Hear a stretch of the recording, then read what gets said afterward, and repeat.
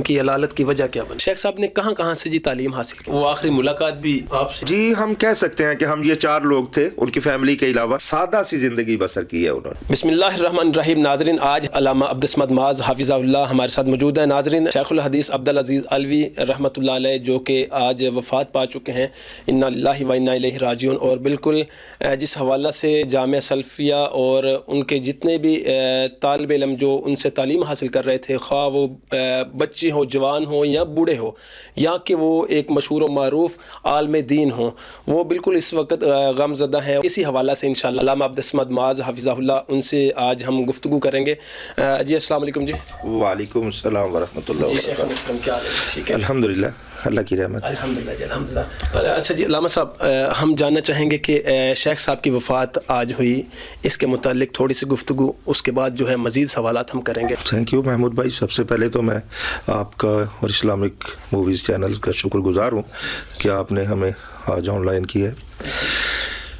آج فیصل آباد ہی نہیں، ملک بھر میں بلکہ دنیا بھر میں، اوور آل دا گلوب، علماء اہل حدیث رنج اور غم کے ساتھ ہیں کہ آج ان سب کے انتہائی پیارے استاد، محبوب استاد شیخ الحدیث و تفسیر مولانا حافظ عبدالعزیز الوی اللہ کو پیارے ہوئے ہیں۔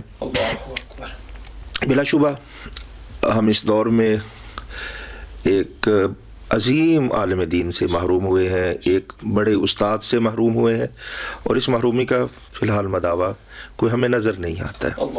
جی ناظرین، 11 تاریخ بروز بدھ ان کا نماز جنازہ ہے، اور یہ یعنی کل کو نماز جنازہ ان کا ہے، اور جس حوالہ سے یہ انٹرویو ہم کرنے کی کوشش کر رہے ہیں ان کی خدمات کے حوالہ سے، شیخ صاحب نے کہاں کہاں سے جی تعلیم حاصل کی ہے؟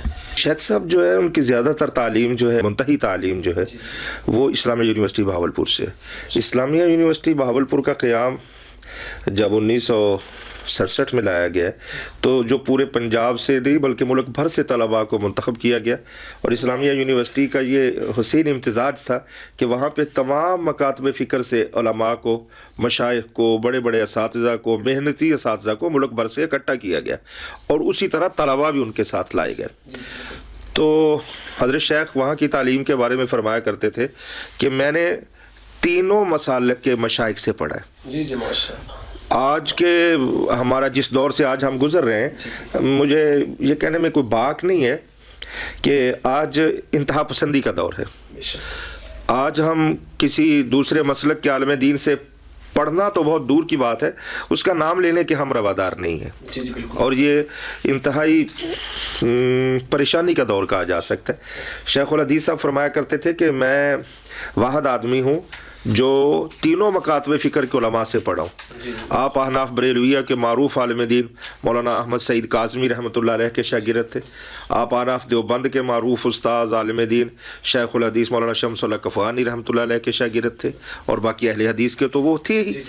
تو ان چیزوں کا اثر ان کی تحریر پہ بھی نظر آتا ہے، ان کی تدریس پہ بھی نظر آتا ہے، اور بلکہ خود حضرت الوی رحمۃ اللہ علیہ فرمایا کرتے تھے کہ محدث الاثر شیخنا مولانا ارشاد الحق عصری حفظہ اللہ تعالی ورعاہ، وہ فرماتے ہیں کہ ہم سب کی رائے کی نسبت شیخ الوی صاحب کی رائے زیادہ مستحکم ہوتی ہے، ثقہ ہوتی ہے، پختہ ہوتی ہے، اور اس کا سبب یہ ہے کہ وہ تینوں مکاتب فکر کے علماء سے انہوں نے فیض حاصل کیا ہے۔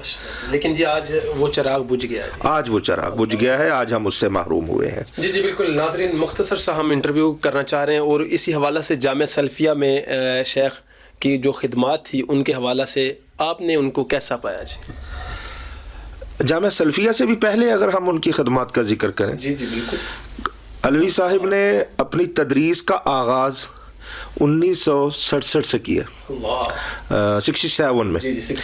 67 میں انہوں نے اپنی تدریسی زندگی کا آغاز جامعہ تعلیمات اسلامیہ فیصل آباد سے کیا، اور احباب جانتے ہیں کہ جامعہ تعلیمات اسلامیہ کا اپنا منہج تھا، اتحاد ملت کا وہ علمبردار ادارہ تھا، وہاں سے آپ نے شروع کیا، اور اس کے بعد پھر ملتان میں بھی آپ رہے، اور مختلف جگہ پہ رہنے کے بعد 87 سے 1987 سے آپ جامعہ سلفیہ میں آئے۔ تو اگر ہم 67 سے لے کے آج تک دیکھیں تو شاید حضرت کا طویل دورانیہ 57 ایئرس کا ہو جاتا ہے۔ 57 برس حضرت نے تعلیم کی، اور حضرت کے کریڈٹ پہ یہ بات ہے کہ دور حاضر میں سب سے زیادہ مرتبہ بخاری شریف پڑھانے کا اعزاز حاصل ہے. علوی صاحب نے 50 مرتبہ سے زیادہ مرتبہ بخاری شریف کا درس دیا. تو اللہ تبارک و تعالی انشاءاللہ ملک بھر میں، دنیا بھر میں، اوور آل دا گلوب ان کے شاگرد دین کی خدمت کر رہے ہیں. وہ شیوخ الحدیث کے شیعی شیخ تھے. جی جی بالکل. تو شیخ جو بیمار ہوئے ان کی علالت کی وجہ کیا بنی؟ شیخ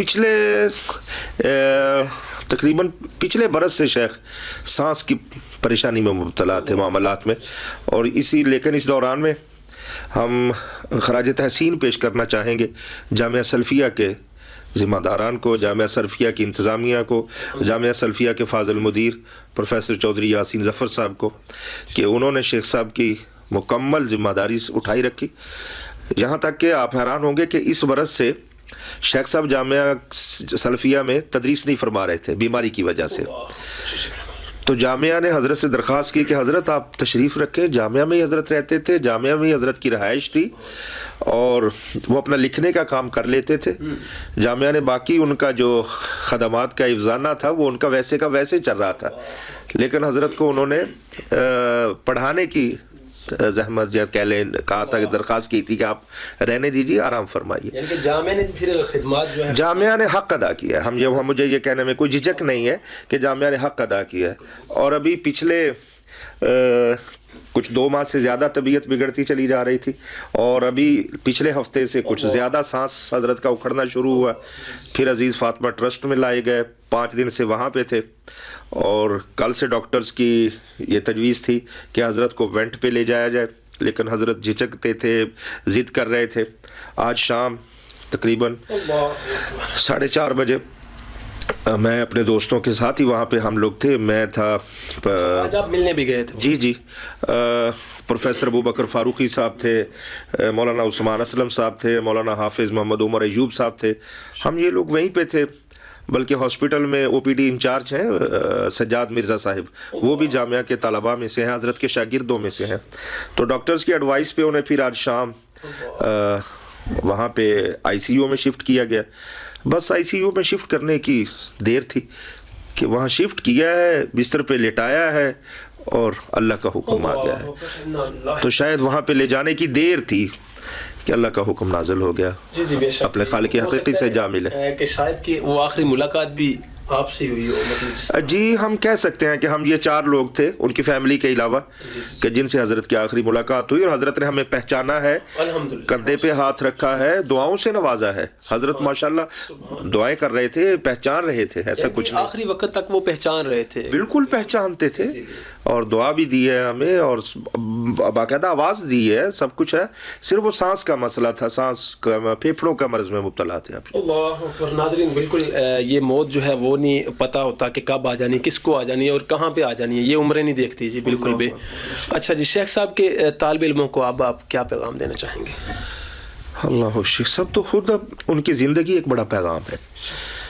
اگر ان کے طالب علم جہاں بھی ہیں ان تک ہماری یہ آواز پہنچے گی تو شیخ صاحب کی زندگی ایک بڑا، شیخ صاحب کی زندگی کا جو عملی پیغام ہے وہ سب سے بڑا پیغام ہے کہ شیخ صاحب نے قناعت کے ساتھ زندگی بسر کی ہے. مطالبہ ان کی زندگی میں کبھی نہیں تھا. کبھی انہوں نے جامعہ کی انتظامیہ سے اپنے ماہانہ مشاعرہ میں بڑھوتری کا کوئی کبھی تقاضا نہیں کیا تھا. کوئی دنیاوی پروٹوکول کی بات نہیں کی تھی. طلباء نے دیکھا ہوگا کہ جب بھی جامعہ میں اجتماعات ہوتے تھے تو حضرت الشیخ کوئی پروٹوکول کے متقاضی نہیں ہوتے تھے، نہ ان کی ڈیمانڈ ہوتی تھی، اور عام طلباء کے درمیان سادہ سی زندگی بسر کی ہے انہوں نے. یہ تو حضرت یہی فرماتے تھے کہ دین کے طالب علم کو صابر ہونا چاہیے، قانع ہونا چاہیے، اور اپنی تعلیم میں ہر وقت منہمک ہونا چاہیے. اور حضرت طالب علموں کو یہ ضرور نصیحت فرماتے تھے کہ ضد نہیں کرنا ہے، جھگڑا نہیں کرنا ہے. اس بنیاد پہ حضرت کا موقف واضح رہتا تھا کہ ضد اور جھگڑا معاملے کو حل کرنے کے لیے نہیں ہوتا ہے، اس سے بگاڑ بڑھتا ہے. اور عالم دین کے کردار کو وہ معاشرے میں اصلاح کے لیے سب سے زیادہ اہمیت والا ٹول سمجھتے تھے. طالب علموں کو بہت اچھا یہ پیغام ہے، اور یہی طالب علموں کے لیے ہماری درخواست ہے. اور آج معاشرہ جس فرسٹریشن کا شکار ہے اس میں حضرت کے طالب علموں کو اہم کردار ادا کرنا ہے. بلکہ اوور آل جتنے بھی داعیین کرام ہیں سب کو یہ بات کرنا ہوگی کہ اپنے کردار سے اپنے خوش اخلاقی سے، زبان کی نرمی سے، ان چیزوں سے لوگوں کے درمیان اپنا مقام پیدا کرنا ہوگا۔ جی بالکل جی۔ اچھا جی، اب ان کا نماز جنازہ جو ہے وہ کہاں پہ ادا کیا جائے گا اور کیا ٹائمنگ ہے جی؟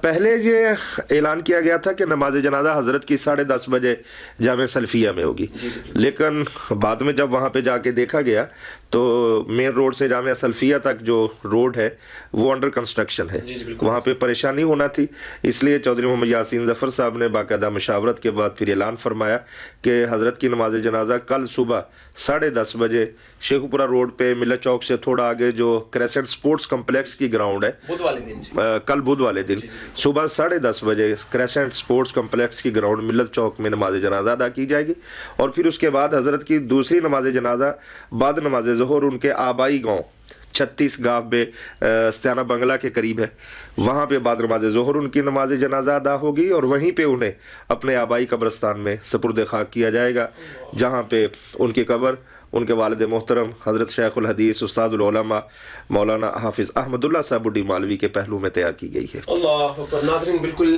جس حوالہ سے علامہ عبدالصمد معاذ حافظہ اللہ سے ہماری گفتگو ہو رہی تھی، شیخ الحدیث عبدالعزیز علوی رحمۃ اللہ علیہ، ان کی خدمات جو ہے وہ دین کے لیے، اور جامعہ سلفیہ میں کس طرح خدمات، وہ جامعہ سلفیہ کیا وہ انہوں نے مطلب شیخ نے بتایا کہ وہ ان سے پہلے جو ان کی خدمات تھی وہ بھی جہاں جہاں وہ تدریس کرواتے رہے ہیں وہ بھی، اور آج ان کے جو طالب علم ہیں ان کو اہم پیغام بھی انہوں نے دیا، اور بالکل یہ لمحہ فکریہ ہے کہ ہم اپنے لیے کیا تیاری کر رہے ہیں، اپنے لیے صدقہ جاریہ ہم کیا چھوڑ کے جا رہے ہیں۔